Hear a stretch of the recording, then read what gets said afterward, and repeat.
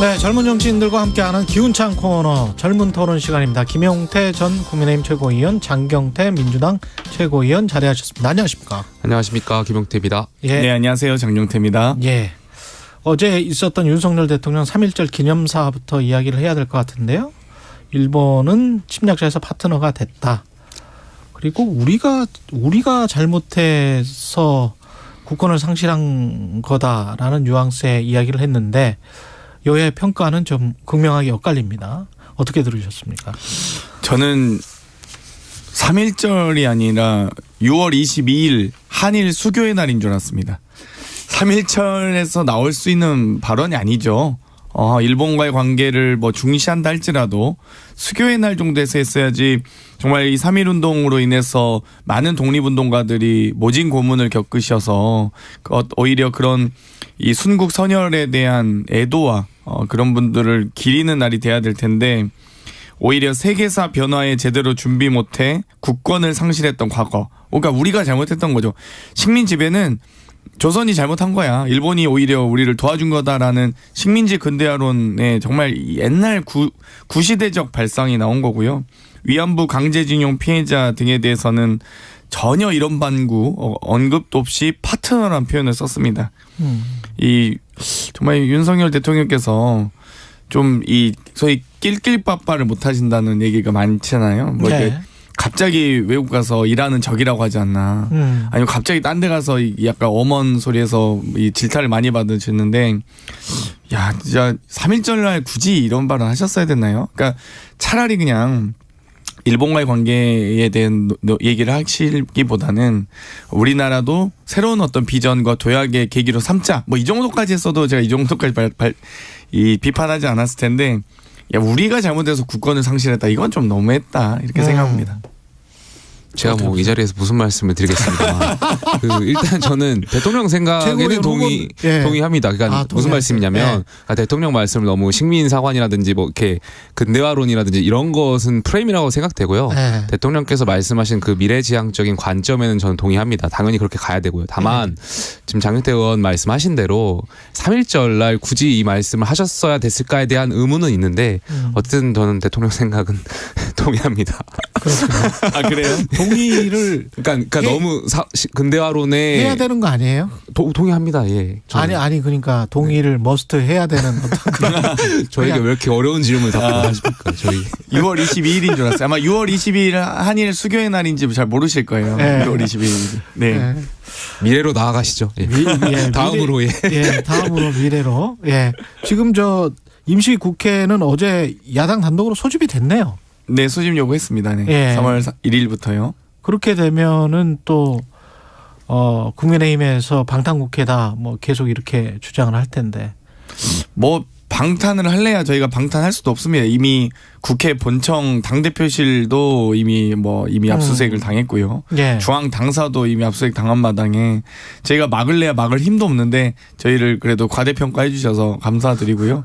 일단 저는 국민의힘이 어찌되고 여러 가지 지금 전당대회 상황에서 바쁘신 건 알겠는데 그래도 지금 좀 필요한 법안들에 대한 논의도 같이 좀 성실하게 좀 해주셨으면 좋겠다. 뭐 저희가 인내심을 가지고 3월 8일 전당대회까지 혹은 3월 12일 결선 투표가 있을지 모르겠는데요. 그런 부분까지는 저희가 기다려드리긴 하는데 그래도 국회는 이래야 된다라고 다시 한번 말씀드리고 싶습니다. 예, 김용태 최고위원은 어떻게? 글쎄 언제부터 국회가 이렇게 열심히 일했다고 저는 과거에 굉장히 많이 지탄받아 왔었는데 아무래도 저는 이재명 대표 건과 관련해서 연결돼 있지 않나 그렇게 생각할 수밖에 없거든요. 국민들은. 그러니까 체포동의안이 부결되면서 여러 가지를 물타기 하고 이러한 것들을 좀 회피하기 위해서 민주당이 지금 한 행동들 아닌가 그런 아쉬움이 좀 있죠. 체포동의안 이재명 당대표 가결 같은 부결 이건 어떻게 봐야 돼요? 장경태 의원님.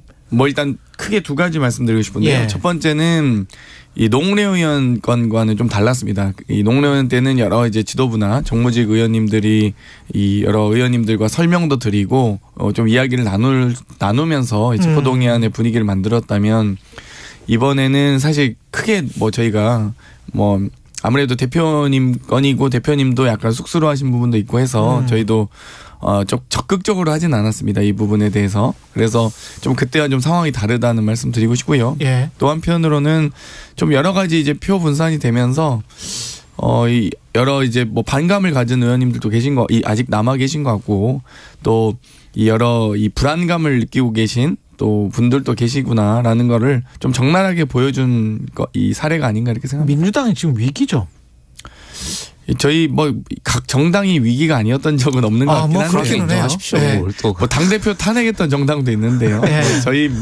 저희가 따라갈 만 하겠습니까만 물론 저희도 여러 가지 어떤 쇄신의 과정 또 보다 더 낮은 자세로 국정에 혹은 민생에 임해라는 여러 국민들의 질타도 있습니다만 저희는 좀 최선을 다하고 있습니다. 그렇기 때문에 오히려 당 내용으로 국민들께 이런 메시지를 드리기보다는 오히려 윤석열 정권의 여러 가지 지금 무능과 무기력, 무책임에 대한 지적과 그 싸움에 저희가 더 민생의 전선에 나서야 된다 이렇게 생각하고 있습니다. 장경태 최고위원께서 굉장히 힘들게 포장하셨는데요. 제가 지금 운동회 중이라 지금 민주당 신경을 못 쓰고 있다가 보니까 민주당이 과도하게 힘자랑하다가 저는 세포 분열을 준비하는 거 아닌가. 세포 분열. 예, 생각됩니다. 그러니까 제가 보기엔 분당대회는 그쪽이 하고 있는 게 같은데.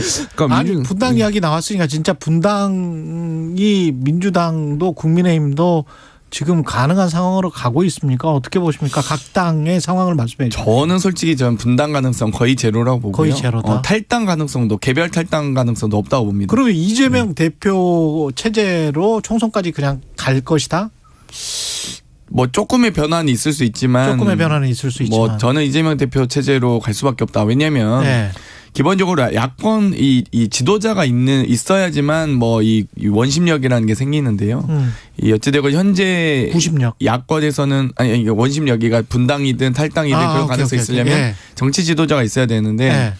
어찌되건 지금 야권에서는 이 절대적인 압도적인 지지율 1위를 이재명 대표가 기록하고 있고요. 예. 또 다른 뭐 경쟁 후보가 없습니다. 그렇기 때문에 이 원심력이 작동하기보다는 오히려 차라리 똘똘 뭉쳐서 오히려 지금 이재명 대표의 지지도가 국민의힘이나 윤석열 대통령의 긍정 지지율보다 더 높은 상황이기 때문에 저는 오히려 구심력을 작동해서 치러야 된다. 그래야지만 국민들로부터 신뢰받지 우리 스스로도 신뢰를 반신반의하게 만들거나 불안감을 조성하거나 혹은 여러 다른 지지자들이나 국민들이 느끼실 때 좀 부족해 보이는 모습을 계속 보인다면 오히려 그건 총선 더 필패라고 보거든요.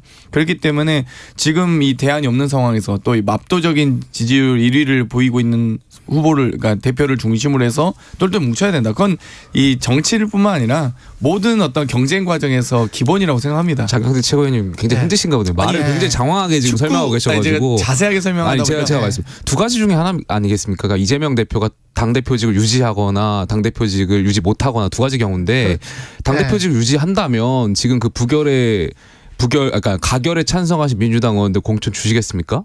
만약에 당대표직을 내려놓는다면 장경태 의원님이나 김남국 의원님 공천 받으실 수 있겠습니까? 저는 분당 가능성이 굉장히 높다고 생각합니다. 민주당은 특히나 지금 이번 체포동의안 상황에 국민의힘과 저희를 이 상황 모르시는 분들. 그러니까 장경태 의원님 지금 줄 잘 서셔야 됩니다. 지금 이 상황에서 공천을 받냐 못 받느냐가 지금 결정될 거기 때문에 지금 혁신위원장으로서 저는 그러니까 그러니까 여당은 대통령께서 계시고 그 정권을 운영하는 정당이기 때문에 그럴 수 있다고 치더라도 정말 100번 양보해서 야당은 대통령이 있는 정당도 아니고 가치를 중심으로 뭉쳐야지 왜 자꾸 사람의 줄 서려고 하시는지 이해가 잘 안 갑니다. 저는 현역 의원이고요. 우리 김영태 후보는 아니 또 왜 그렇게 또 인신공격을 열심히 뭐 일단 현재 상황을 말씀드리고 일단 또 한편으로는 최고위원 대고 이야기해라. 그러니까 다시 한번 또 말씀드리지만 최고위원이 대도 공천 못 받을 수 있을 것 같습니다. 근데 어찌됐건 김기현 대표로 총선 치를 수 있습니까? 윤석열 대통령으로 치를 수 있습니까? 솔직히 안 되잖아요. 본인도. 아니 근데 또 분산되게 또 갈라치기를 하시려고 해. 그 국민들 입장에서 봤을 때는 서로가 이렇게 이야기를 하잖아요. 윤석열 대통령이 이렇게 찍어내린 대표로 뭐가 이 총선 가면 이길 수 있을까? 이런 의구심이 이제 국민의힘 일부에도 있는 것 같고 민주당 일부에도 이 상황에서 이재명 체제로 계속 가면 이길 수 있을까? 이게 있는 것 같아요. 서로 간에. 근데 아까 지금 김용태 최고가 이야기하신 여기는 집권 여당이고 대통령이라서 힘이 있어요. 근데 야당은 좀 다른 것 같아요. 지금 상황이. 그렇죠. 야당은 야당 대표가 국회의원들을 설득해야 되고 국회의원들 중에서 비명계는 지금 이른바 이제 강성 지지층 또는 절대 지지층이라고 이야기하는 당원들을 설득해야 되는데 다 불협화음이야. 그래서 국민의힘보다 더 심각한 것 같거든요. 제가 보기에는. 그럼에도 불구하고 저희는 어찌됐건 이 야권에서 지지율 압도적인 1위를 하고 있는 이재명 대표가 있기 때문에 이 구심력을 어찌되고 한 사람을 집중으로 할 수밖에 없지 않겠어요. 구심력을 작동하려면. 근데 그에 반해서 국민의힘은 지금 이 돌아올 수 없는 루비콘강을 건넌 듯한 모습을 많이 보이고 있습니다. 지금 누가? 김용태 위원은 안 건넜는데. 그러니까 이제 조금 아쉬운 게 그런 거예요. 천하람 후보가 지금 급상승세 아니겠어요. 우리가 다 알고 있는 많은 분들이 다 인정하는 얘기하다 갑자기 또 국민의힘 얘기를. 국민의힘이 너무 재밌어서 지금 저도 잘 보고 있습니다. 근데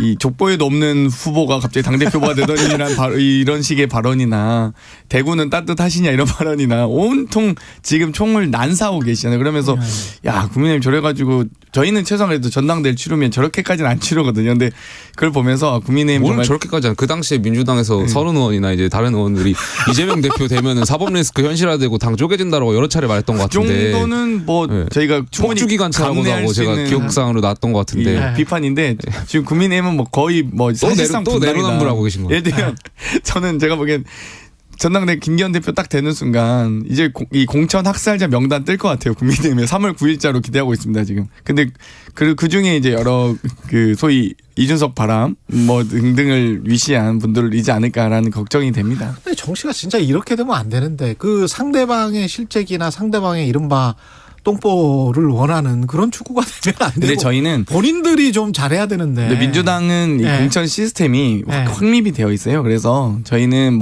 사실 예를 들면 이 당대표라고 할지라도 컷오프할 수 있는 권한이 없고요. 여러 가지 시스템에 갖춰서 거기에 의해서 공천이 이루어지기 때문에 저희는 친명이든 비명이든 똑같은 기준에서 적용받을 수밖에 없다라고 말씀드리고 싶고. 한 번도 경험해보지 못한 당대표가 오셨잖아요. 저희는 전당대회도 모르죠. 룰이 정해져 있거든요. 근데 국힘은 전당대회 룰도 결선 투표 도입하고 당원 100% 도입하고 막 직전에 바꾼다 보니까 참 이게 시스템이 없는 정당과 있는 정당의 차이다. 그 불안감이 국민의힘이 있을 수밖에 없다라고 인정하겠습니다. 제가.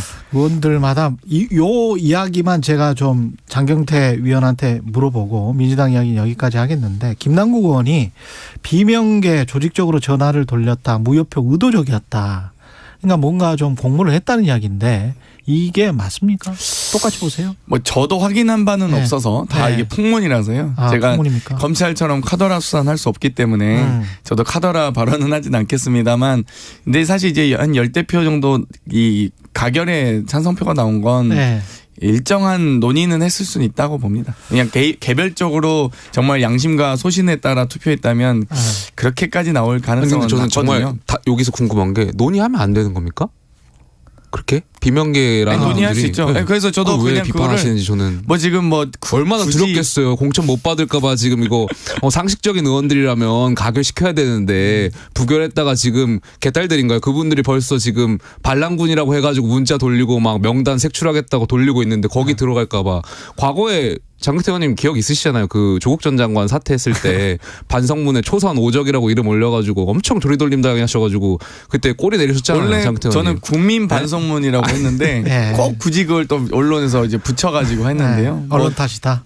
아무래도 언론에서의 갈라치기를 저희도 방어하기 위해서 지도부도 압도적 표결하겠다 이렇게 먼저 선제적으로 불안감을 불식시키기 위해서 했던 측면도 있긴 합니다. 요거 하나만 더 물어봐야 되겠네. 체포안 또 넘어오면 부결될까요? 가결될까요?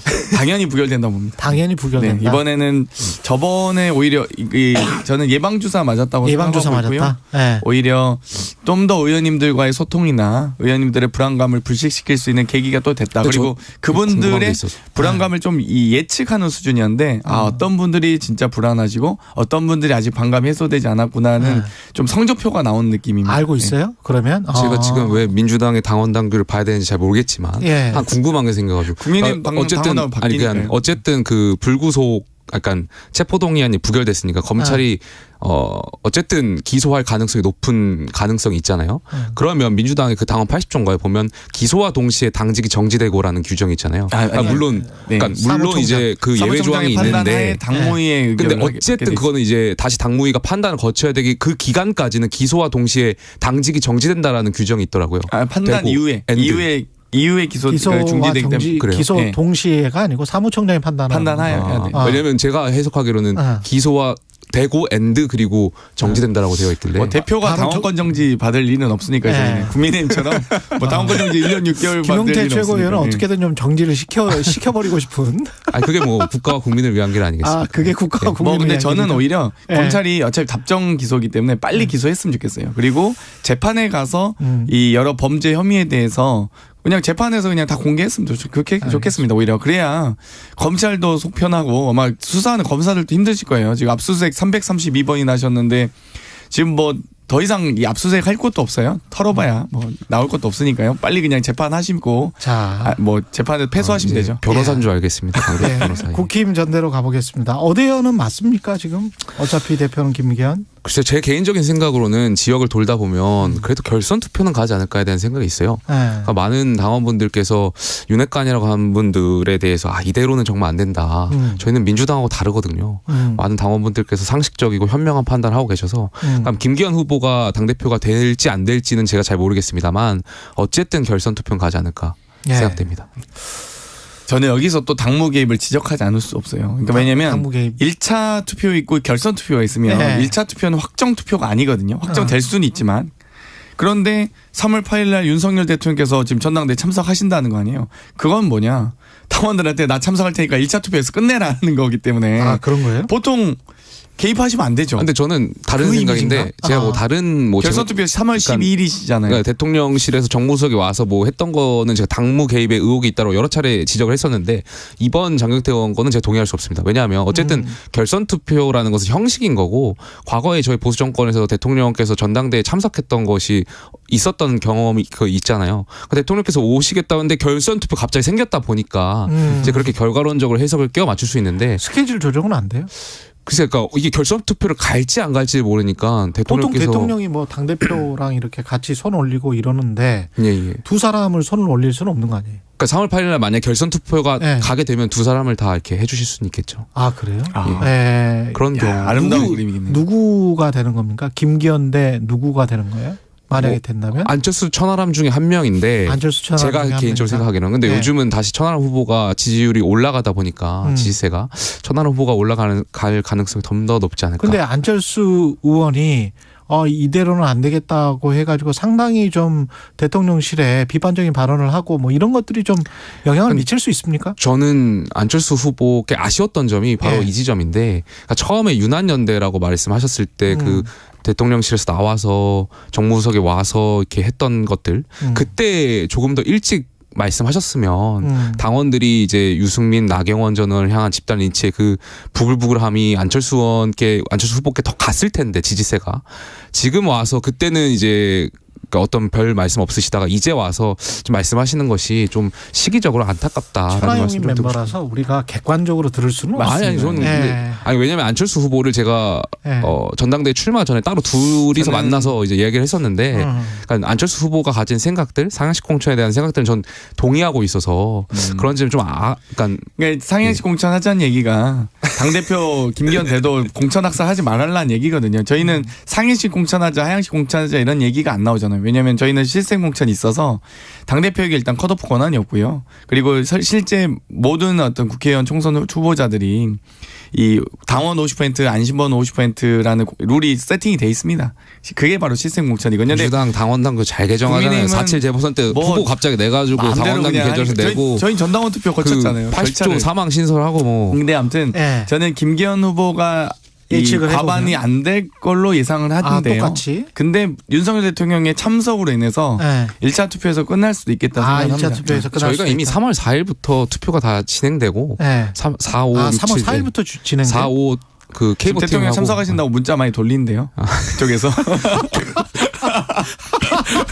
그거는 어쩔 수 없죠. 그건 못 막잖아요. 대통령 참석하시는데 대통령 면전에다 두고 천하람 손을 들겠어요? 안철수 손을 들겠어요? 대통령께서 감히 빨리 끝내라. 용안에 지금 먹칠을 할 수가 있겠습니까? 국민의힘 위대한 국민의힘 당원들께서. 말씀드리겠습니다. 전당대회 후보로서. 전당대회 후보로서 그 어떤 민심은 좀 들어보셨어요? 대구 경북 지역 연설 참석하셨고 거기에서 좀 당이 이 대통령과 함께 가기는 하되 뭔가 좀 스펙트럼을 넓혀야 된다. 견제를 좀 하면서 당이 독자적으로 가야 되는 측면도 있다. 이런 거를 생각하시는 대구 지역 민심들도 많습니까? 어떻습니까? 제가 최고위원 후보다 보니까 최고위원들에 대한 민심을 좀 들어보면 일단 대구 경북 지역에서 당은 대통령과 함께 갔으면 좋겠다라는 기본적인 기저의 생각은 있지만 당이 그렇겠죠. 그럼에도 불구하고 최고위원들이 윤핵관 일색으로 돼서는 안 된다. 그거는 견제해야 된다. 그러니까 우리 당이 계속 견제와 균형을 이뤄야 된다라고 주장하시는 당원분들이 굉장히 많았기 때문에 저는 이것도 제가 객관적이지 못하고 제 주관적으로 해석하는 것도 나는 살아야 된다. 천하람은 뭐 대표 떨어지대 또 어떻게 최고위원은 뭐 딱 그 얘기죠. 아니, 천하람은 좀 어려울 것 같은데 최고위원을 살려달라. 제가 아까 지도부 내에 다양한 목소리를 인정해달라는 분에서 또 이렇게 갈라치기를 하시려고 또 김용태 후보 근처에 있는 지지자들의 입장입니다. 제가 보기에는. 왜냐하면 여당 당원들이 대통령과 뜻을 같이 하면 안 된다고 생각하는 당원들이 많아졌다면 그거는 대통령 탄핵감이죠. 그러니까 그렇게는 안 될 거고 당연히 현재 국민의힘 당원과 지지자들은 대통령과 뜻을 같이 하는 사람 혹은 윤석열 정권의 이 국정 성공을 바랄 겁니다. 이거 한마디 꼭 해야 되는 게 천하람, 안철수, 황교안 후보가 다 대통령과 함께 가시는 분들입니다. 자꾸 함께 안 갈 것처럼 자꾸 전제해서 말씀하시는데 근데 그러면 다양한 목소리가 아니네요. 최고위원 후보들도. 다양한 목소리죠. 뭐 김용태, 허은하 의원 들어간다 해도 윤석열 대통령 윤핵관 일색이 되는 거잖아요. 윤심 일색. 함께 가는데 거기서 목소리는 낼 수 있죠. 그러니까 자꾸 민주당식으로 프레임을 씌우다 보니까. 함께 가는데 다른 목소리 낸다 이런 거죠. 함께 가는데 다른 목소리 낼 수 있어요. 2명 정도라도 들어가도 그것도 큰 성공일 것 같긴 한데. 그렇죠. 왜냐하면 최고위원 한 명만 들어가면 실패입니다. 사실. 2명이 들어가야 됩니다. 지금 잘못하면 한 명도 못 들어갈 것 같아가지고.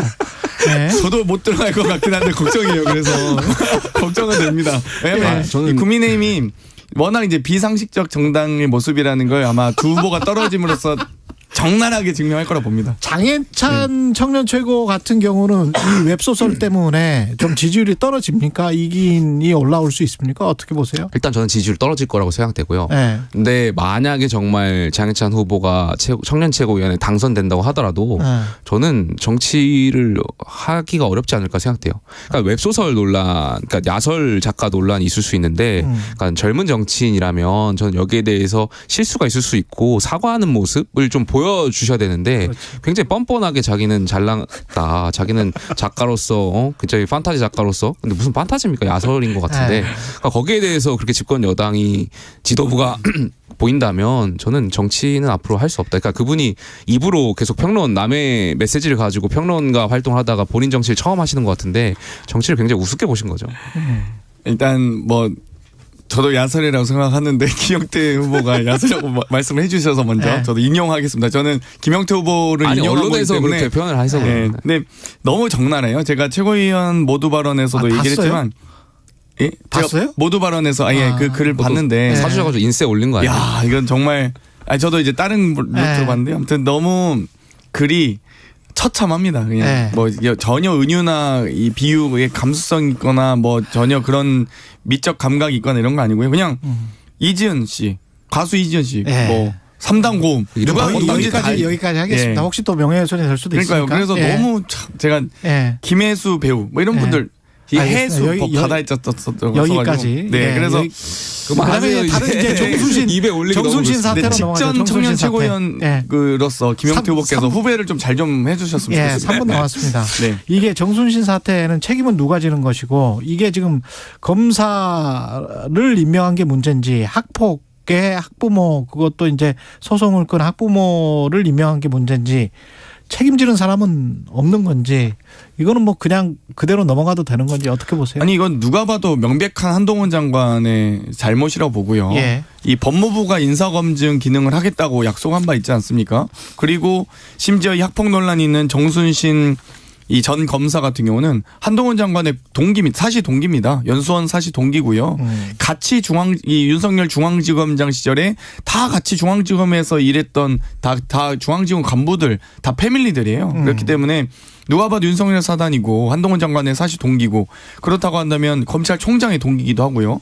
그런데 이 당시 중앙지검에 근무할 당시 학폭 논란이 발생했고 언론 우리 또 오늘 또 KBS 개국 50주년인데 KBS에도 보도가 났던 사안입니다. 내일이에요. 내일 3월 3일. 그렇네요. 네. 아무튼 내일이군요. 아무튼 그래서 모든 분들이 다 알고 있는 상황에서 정말 이 모를 수 없는 상황에서 이렇게 논란이 됐는데 아무도 지금 잘못한 사람도 없고 책임진 사람 없거든요. 이 부분 어떻게 할 겁니까? 정말 가장 악질적인 이 대법까지 재판을 늘려서 결국 입시가 끝나고 나서 대법 판결받게 한 사건 아닙니까? 가장 악질적인 피해자들에게도 너무나 가혹하게 했던 그런 사건입니다. 피해자는 입시에 또 심지어 실패하고 극단적인 선택까지 시도한 바 있습니다. 여기에 대해서는 저는 변명의 여지가 없다고 생각해요. 예. 어쨌든 인사검증의 실패를 정부가 인정하고 정부 누구요? 그걸 말씀해 주셔야죠. 개선을 내놔야죠. 그러니까 그거 예. 잘하려고 사실 법무부의 인사관리단이라든지 여러 가지 설치한 거였던 건데 예. 바꾸려고 사실 허점이 드러난 거잖아요. 그래서 이번에 다시 한번 인사검증 시스템을 개선해야 되죠. 이건 인정해야 됩니다. 책임은 잘못했다는 맞죠? 것을. 법무부 책임은? 시스템은 개선해야 된다. 그런데 이제 책임을 누가 져야 되는지는 이야기를 안 하고 있어요. 그 정부라고 하는데 법무부까지는 인정하신 것 같아요. 아니, 예. 법무부 차관이 책임지나요? 경찰도 다 있다라고 생각해요. 정부니까. 예. 여기까지 하겠습니다. 김용태 전 국민의힘 최고위원, 장경태 민주당 최고위원이었습니다. 고맙습니다. 감사합니다. 감사합니다. 네. 최경영의 최강시사 오늘은 여기까지고요. 내일이죠. 내일 7시 20분에 다시 돌아오겠습니다. 고맙습니다.